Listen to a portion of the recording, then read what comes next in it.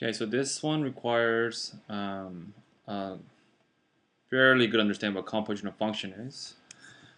Anything with composition of functions, if you differentiate it, involves chain rule. So I didn't mention it here, but you also need to know the derivative of an exponent function, a to the power of x, which is a to the power of x ln of a, right? That's another thing you need to know. And another thing that I think students might easily get tricked on is the fact that the domain, or sorry, the range of exponent function, a to the power of x, this is always positive. So for example, if you have a to the power of x, let's say x minus 1 is equal to 0, this becomes irrelevant because it's always positive and it cannot satisfy the equation. So the only thing you need to consider is the fact that x minus 1 can equal to 0, so x is equal to 1. Okay, so this is also important, knowing the range of exponent function. Let's go to the solution. Okay, H is defined as a composition of functions of f and g. Okay, so the composition goes like this. You put g into f. So g is this. And this whole thing, you have to replace it with where x is for f at x, which is right there. So it's 5 to the power of this whole g at x.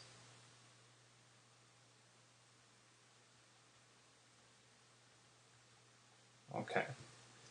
Then the graph of h must have a horizontal tangent where? Okay. So to find the horizontal tangent, we need to differentiate that. And we get the following. Differentiating 5 to the power of something, right? 5 to the power of x, for example, gives you 5 to the power of x ln of phi. So this will repeat itself times by ln of phi.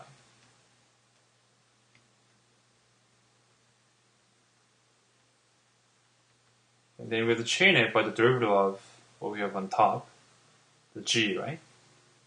So we get 4 e to the power of 4x minus 8 e to the power of 2x minus 12. Okay. For horizontal tangent, we need to find out when this is equal to 0. Okay, so that's a constant. That's not going to affect when the whole expression is equal to 0. And any exponent, right, it's always greater than 0. So it will never equal to 0 either. So we can ignore this and that. The only way this whole expression can equal to 0 is when this thing in the bracket is equal to 0. Okay.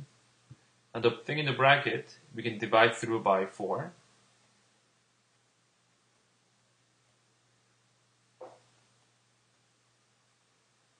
Okay, and if you let e to the power of 2x equal to a, we get a quadratic.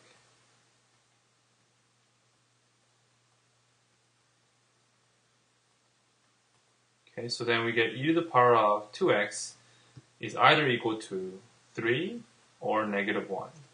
Now, once again, exponent cannot be a negative value. Now here, you use a definition of log. 2x is equal to ln of 3. So x must be half of ln of 3.